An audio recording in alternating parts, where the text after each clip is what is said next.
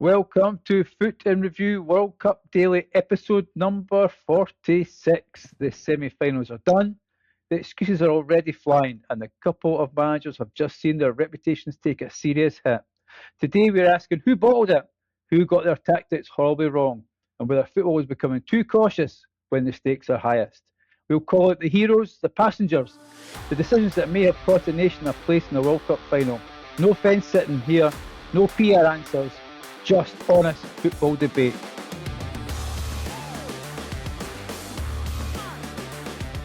And who better to have on the show, the master technician himself. We're going to get some straight talking because he's extremely Dutch. It is my good friend John. How are you, my friend?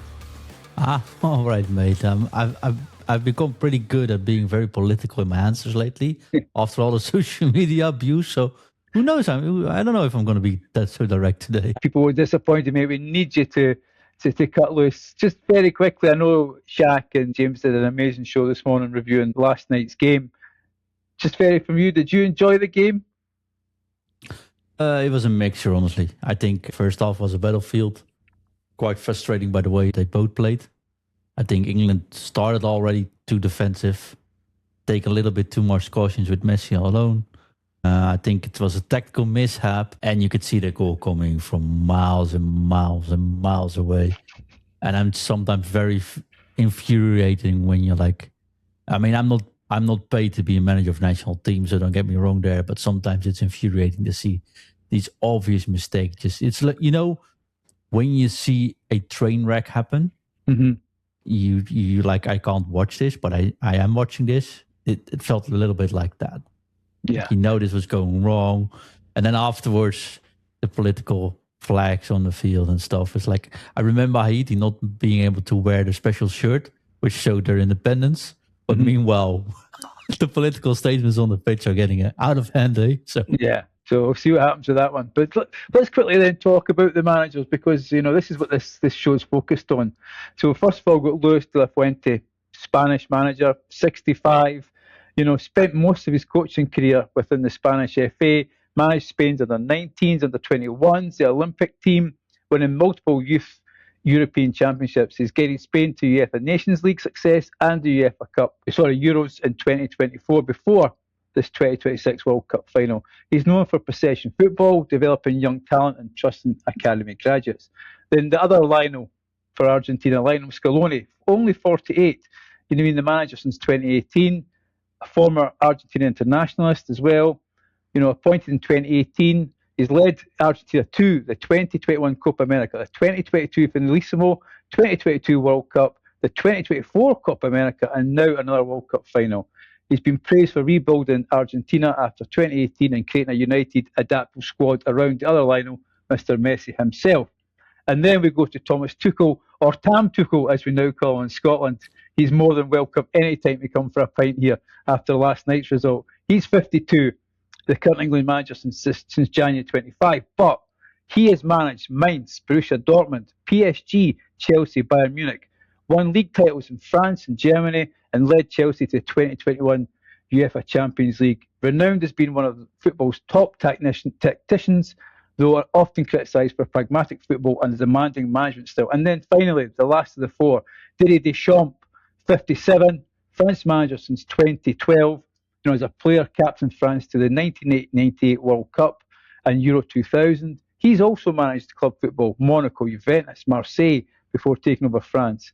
He led France to the 2018 World Cup, the 2022 World Cup final, and multiple major tournament semi-finals. Only a handful of people to win the World Cup as both a player and a manager, and famous for his disciplined, tournament-focused approach. So, John, from your point of view, do you think that being a club football manager means a lot in international football, or being a manager, say, of the under-18s, under-20s is the way to go? Well, I think there's definitely more experience to be gained from being a club manager, right? But there are advantages of it. So if you look at De La Fuente, he has got, I don't even know if he has any club experience. I don't think he does. No major, no. Not at all, no. But he's been at Football Association in Spain for the last 20 plus years. So he knows all the players. He knows all the families. He knows all the players from where there were youngsters coming up going through the ranks. I think that's a big advantage. So put it like this, Chris. I think if you're a club manager, you have daily things to take care of. There's a next match to focus. It's never do or die, straight on, right? You can ease yourself in and you can build on strategies, plan Bs, Cs, etc. Because you have time to do that, right? Hard work, don't get me wrong, but there's time to mold a team into shape, right? Or bring talent in. On a World Cup stage, as an international manager, and on the Euros, it's even worse because there's fewer matches. You don't get that much time with your players. You are dealt cards that you don't know. You have to do with the players you dealt with. You have the cards you dealt with, but you have to use them. So, for example, if your star striker gets injured before the World Cup, there goes your battle plan, right? So I think that you have to be a little bit more adaptive. Plus, here's something you don't do with your club team, and I think that's often underrated. When you have players come into your club, they go training, they go back home to their families, and then you see each other the next day. When you're in a World Championship, and in the Euros, of course, but in the World Championship, this is worse. You are stuck in an hotel from one week prior to when it starts, or 2 weeks sometimes even, until maybe this is week 6 then for the English players, for example, right? Atmosphere, relationships, how you deal with tragic losses like the Netherlands had with Gapco, or how you deal with stuff like a baby getting born like they did in Belgium, suddenly becomes maybe even more important than dealing with tactics or analyzing your other opponent. And I think that's something you have to deal with as a club, but it's far more easy to manage as a club because you're not stuck with each other 24/7. Like if Tuchel has an argument with Bellingham, which you read today, right? Then in the normal circumstances, you could say to Bellingham, you know what, take 3 days off to cool down, or hey, take 3 off. We'll take a week off, go take a little holiday. They sent Mbappe last year away from Madrid as well. But in this tournament, there's no way they're sleeping in the room next door, right? Yeah, you're eating breakfast together and again as well. I think if you are a club manager, that's something you might not have much experiences with. And I think this is where Fuente, for example, and Deschamps for sure have way more experience dealing with the atmosphere. And the way, for example, Deschamps kept this French team together, consisting out of superstars, is not to be underestimated feature, I think. So coming back to your questions, both have their advantages, but I think not having club experiences, but having experiences with international teams might be actually more of an advantage in tournament play like this. And do you think it's, John, because let's be honest, other than the World Cup and the Euros, club football dominates the headlines. Even the Nations League that we have here in Europe, it's not taken super serious, is it? So, other than qualifying for the Euros and qualifying for the World Cup, and if you've got, like yourself, whose nation's a big team, they're generally always going to qualify. Scotland's less so. Knock on wood, though. Yeah, you never know. Scotland qualifies and then stinks the place out. But is it because the club football just dominates, and so we maybe undervalue international managers? I don't necessarily think they're undervalued. I think they're like Deschamps, even though he doesn't make the final now. He made 2 finals right? I think they get the praise they deserve, and there's a lot of pressure on their shoulders. I think it's a hard job. I think it's harder to manage a team of players which you see once every 6 weeks and that rotates around than to manage a team with players that you see every single day, to be fair. And I think most people give them that recognition, obviously, but it's probably a little bit less stressful because you're not having to deal with everything, or you're not having to be in the spotlight every single day like you have to do with the big clubs. So one of the things then for an international manager has an issue with is he doesn't get to pick his players, does he? You have a nation, you can only pick from that pool. So the question I want to ask you, John, is should managers stick with out-of-form stars? Several coaches have persisted with big-name players this tournament despite average performances. Is loyalty rewarded in tournaments, or should reputation count for nothing once the competition starts? This is always a high risk, high reward sort of thing. Let's look at the Netherlands, for example. Koeman is very much loyal to his normal best performing players.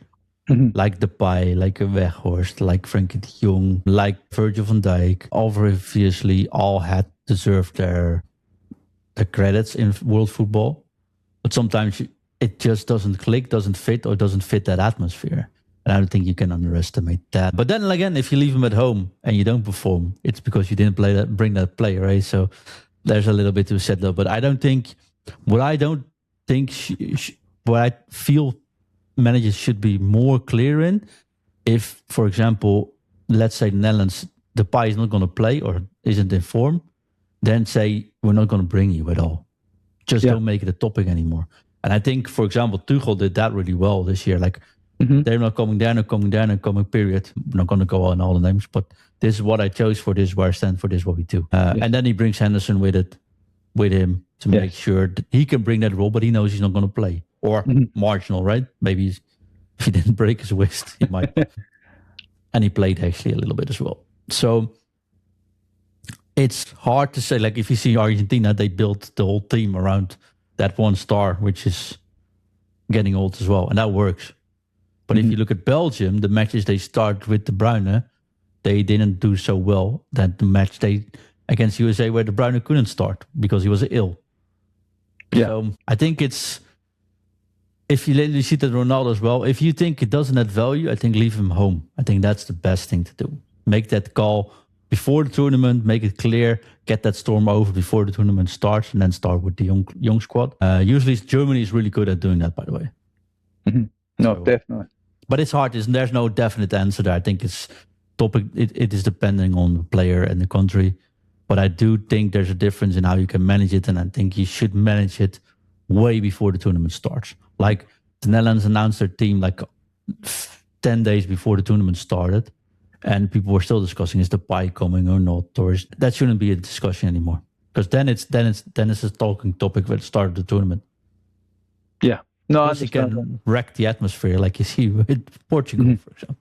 Yeah, I mean, we do. I think we've done the Ronaldo thing, and you've seen the new Portuguese manager come in, basically say that he's going to play no matter what's going to happen as long as he's fit. So you just think to yourself, well, you know. And I was watching a podcast today, and Roy Keane, they talked about which player we'd be most disappointed in. They actually said Bruno Fernandes, because he's had an amazing season with Man United and he's been absolutely tremendous, and probably been a bit stifled with the fact that Ronaldo's in that team, and he's had to sort of play to Ronaldo's strengths, where actually if they had a more mobile striker, you'd have seen the best out of Bruno Fernandes.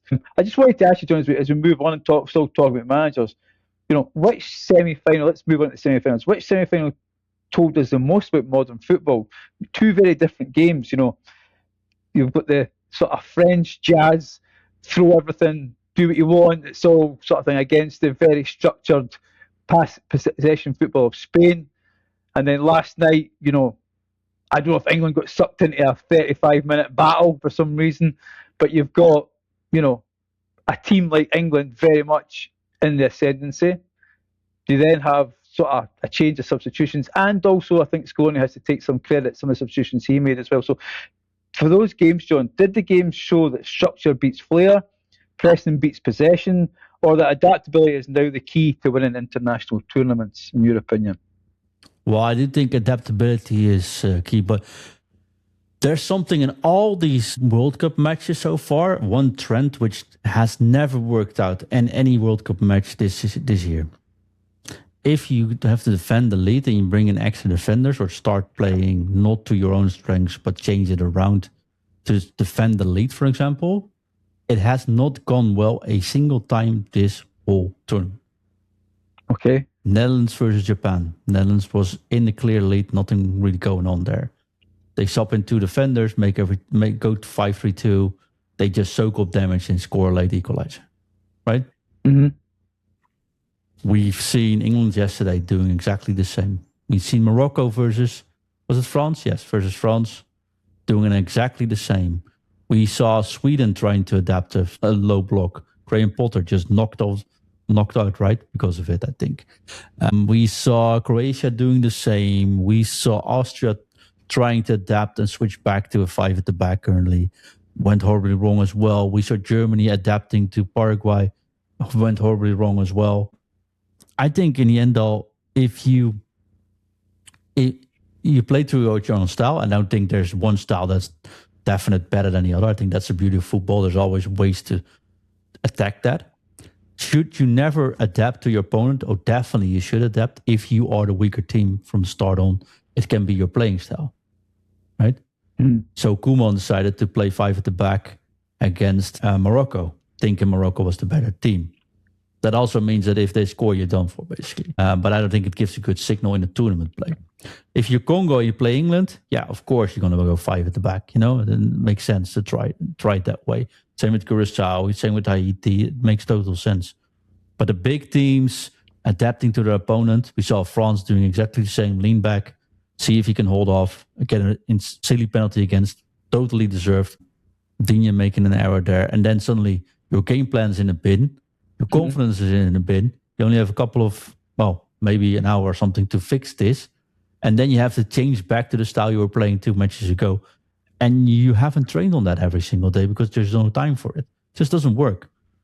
So I think adaptability is key, but you either have a team which you work with all year that can change plans, or you stick to your plan and change tiny things in that battle plan. For example, England, if they didn't go 5 at the back or 6 at the back at one time, actually, but they just put in 2 wingers and they dared to, for example, to sub Kane out because he has no speed, right? Bring in an extra midfielder. They would have plenty of outs to score from a counter from Argentina's pressure. Now they have no wingers. They got only Keane, who's running back, who's working really hard as a sort of defender. We saw memes coming that he's the best defender England had on the pitch. And suddenly you have no outs and you're done. So you basically throw in a Hail Mary in there instead of being a very tactical about it. I think international football doesn't allow for too much adaptability throughout the match, only by minor changes. And the teams that did try major changes, they've all failed so far. So that's what I was going to ask you, John. I mean, I think I was going to ask you, what would you change if you were the losing manager? Now, I think it's fairly obvious where Tuchel has went wrong. Do you know what I mean? So it would be wrong. He went wrong at the start, by the way, right? I just wanted to point out that I said from the minute 1. Okay. That he has basically put 3 men on Messi. But Messi will never, ever in his life defend or run back. So that means if you have the ball in your team, you have 3 men holding back on Messi, meaning you are outnumbered in your attack because Messi's not coming with him anyways. That's useless. If they start with 1 more midfielder, you would have him over 1 player extra in midfield when you have the ball. Then you can start pressing because Messi is not coming back anyways.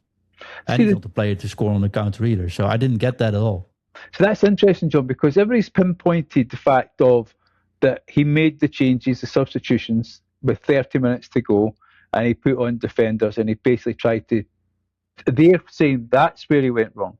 But you're saying the fact is that he played 3 people against Messi. So you would who would you have dropped out of that team? You may not have the team in front of you, but Rodgers came in and he created the goal for Gordon. What would you have played? A centre 3 potentially, or in terms of or like 1-6 instead. But basically now there were always 3 men on Messi, and you have no speed. Or you have no speed a little bit too. Gordon is fast enough, but this could work if Norway, and from Norway it works because Haaland ain't coming back either. Yeah. So Argentina can't push out that man either with them because then Haaland's lost. But this time around, Argentina could. So they're basically already a man ahead, always on midfield here. And that's what kept happening. So if Argentina is a team that can play really good football, we've seen yesterday. They don't start that way. Right? But if they need to, they can. But basically, how often, Chris, have you seen also in club football that a team is having a lead with 20 minutes plus to go, changes for defensive and still holds? It hardly happens these days. No, I mean, the thing is, we both support teams that are probably some of the biggest in the league. So when teams play us and they get a goal, the tendency is that the smaller teams, and I use that way, not to be ignorant, they push back. But England are a big team. They're a skillful, hard-working team, and I think that's where people. And they had options in Saka, Rashford's quick. And if they had that out ball, potentially that would have seen them through to the end. But So basically what you're saying is you'd have started a totally different formation to what Tuchel did then? Well, I wouldn't say totally different. That's why I said with margins, right? I'd probably play one less forward and have an overall midfield and then press. Yeah. If you're pressing, they have nowhere to go. Messi isn't an out, and you're covering Messi still with two men. It's fine, right? Normally. Sure, he has the talent and the skills to get that one moment somewhere. But this time what happened is that England didn't get any moments themselves. So what's the point? Basically, you start off the match saying, as long as Messi doesn't score and we not score, maybe we go into penalties. And that's not a great mindset to be in. And then you score even, right? Then you score, and then you're like, we're so lucky we scored. Let's bring in six defenders to make sure the high balls doesn't go. But the problem is, if you're not worked with 6 defenders before, or 5 defenders, you see, even if you give a cross, it doesn't matter how many bodies you got in the goal, it will still fall. We've seen with the Netherlands as well against Morocco. It will still happen. Yeah. You can put in bodies, but those bodies don't know where to be because they're not used to it. And I think it's simply, I've not seen it work once all year. We've seen it work in high tide moments where we have a big club playing a small club. Small club starts out very defensively and it ends up in 0-0 or something, right? Yeah. That can happen. But this is the semifinals of the World Cup. We're not playing Goliath versus David here or David versus Goliath. We're playing two equally proper teams. England could have won this. Yes, Argentina is definitely a very good country to play football. They're not only the aggressive, it's not only Messi and his merry men, it's also Messi and his very skillful merry men if they're waking up. But I found it very naive. And I think it's sometimes bothered me. You see Koeman adapting to Morocco so much and didn't get a single shot on goal. We saw France doing the same against Spain. We saw, Turkey is a big example of it. You saw Sweden against Netherlands just drop him back. Say, okay, you know what? We're going to make sure we don't, we go on counters, 5-1. Then get, what are you doing here? Well, doesn't make any sense. If there are better ways to play football. And I think, all teams that tried got very much punished. I think it's just unfortunate England got punished so late for it. So, John, as we now move to sort of the end of the show, I just wanted to ask this question. If you're Scaloni de la Fuentes now, what are you focusing on? First of all, if you're the Argentina manager, what are you sort of focusing on and what are you going to be working the players towards? Nothing. I don't think, honestly, this team is so motivated. This is like Norway has. Like they have a really good team, right? They all fight for each other. And as long as a referee won't tell you've crossed the border early on, your first gameplay tactic is just frustrate your opponent. That's where you start. With a bit of luck, they get sent off, they get tilted, and then it's game over. The only thing for Spain is probably the worst opponent to play for Argentina. Because if they have the ball, then this Argentina will just drop back and they don't have much counter opportunities, I think. Plus, Messi is pretty useless without a ball, eh? So I think that's where it is. But I wouldn't change too much if I was Argentina. Just start the same guys. I'd probably start the ball for Messi this time. Not for Messi, but to be backup for Messi instead of McAllister, for example. Or Paredes. I think Paredes went a little bit too much over the line a couple of times. But I honestly just started. And I think Spain will be the same. And the only thing I can see happen is that Spain starts Nico Williams if he's fit enough. Just to get those outs, what I say, if they start footballing, then you don't have to change too much, but you still have those wide outs for you. Mm-hmm. So if you're then change it, you're De La Fuentes now. So you're now sitting with the Spanish camp, you're sitting with your coaches. How are you going to game plan for, let's be honest, Argentina are going to be aggressive at the very start. And I do think that they're a team that's quite happy for you to have the ball. You know, they know that they're going to probably outlast you. The fitness last night was incredible. So if you're the Spanish team, what are you going to do differently then? Or are you going to do anything differently from when you face France? It's a totally different opposition. Yes, well, the main difference is the aggressiveness on this team, right? The difference. If I were a Fuentes, but I don't have to tell him what to do, honestly. Of course, I sound like I suddenly know everything. That's not what I'm trying to do. Like, I'm trying to show some perspective here. Mm-hmm. But you know Argentina's going to go out aggressive, and you know you are going to be having the ball a lot, which means you're going to get a lot of kicks at the start of the game. All I can recommend is scream your lungs out whenever you get hit. Try to roll over a couple of times. Sounds really poor for me saying this. And never instigate with them. Just ignore them. Because that's the way you should play. Like we saw Haiti doing that as well, right? And that's the way if you just, and you saw Norway doing it as well. If you, was it Norway by the way? I don't know. But I think that's the way you should play it against them. Maybe get a yellow card early on. Put them on par. But Spain has the play style to tear this team apart, honestly. And I think I underestimated the defense a little bit for Spain. I forgot the youngster's name. Caceres? Kubasi of Barcelona. I think he's 19, isn't he, Kubasi? Yeah.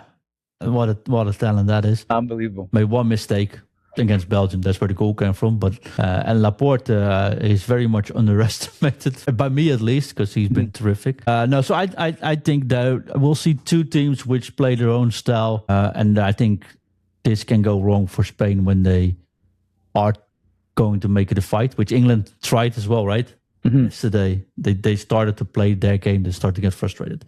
If they don't do that, I pretty much just hold the ball, be patient. I think he should be fine. And I doubt La Fuente have been superb by substitution. And most substitution are either change players for fitter players in the same position. It does help when you have 6 of the best midfielders in your squad, right? Makes it that a little bit easier. If you can sub in Pedri for a tired Rodi, doesn't matter too much, I think. Or he switches around with one attacker more, like 110 coming back in. And we see with Mourinho, for example. But his substitutions are pretty logical. He doesn't switch everything around either. And by the way, I saw a lot of compliments about the Argentina coach, right? Yes. That he was very aggressive in his substitution for Scaloni. Yes, he was. But it is also, if your opponent takes out all their speed of their team, and their best striker standing in their own box, it's quite all right to put in 2 more attackers because it won't hurt you. So yes, he substituted aggressively, but there was also a little risk, to be fair, on that one.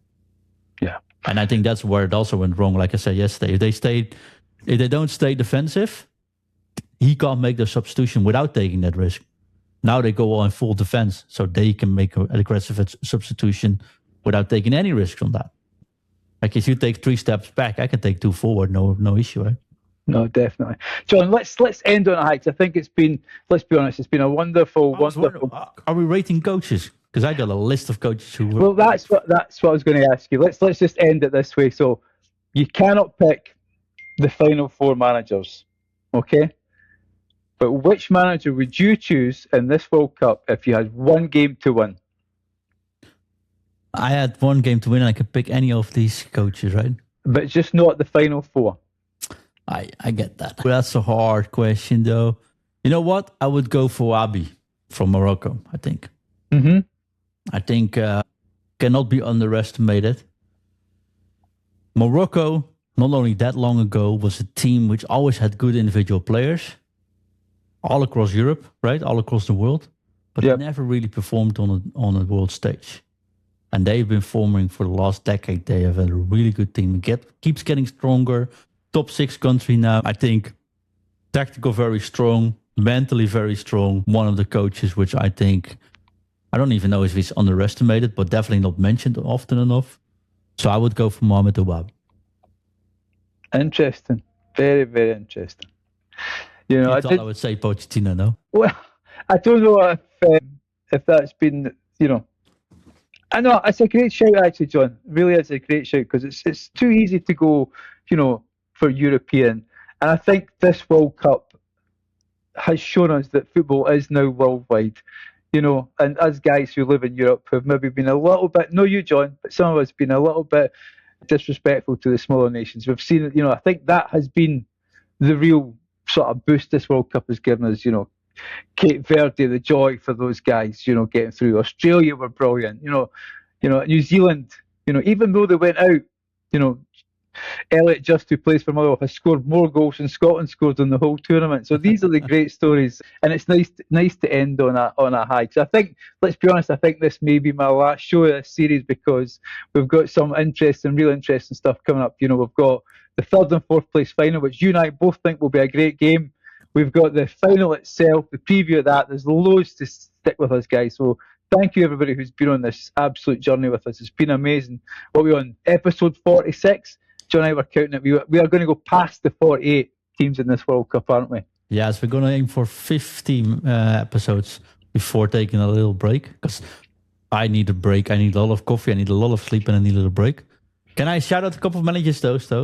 Yes, mate, let's do that. Okay. I want to do a little shout out to Murat Yakin from Switzerland for his amazing glasses.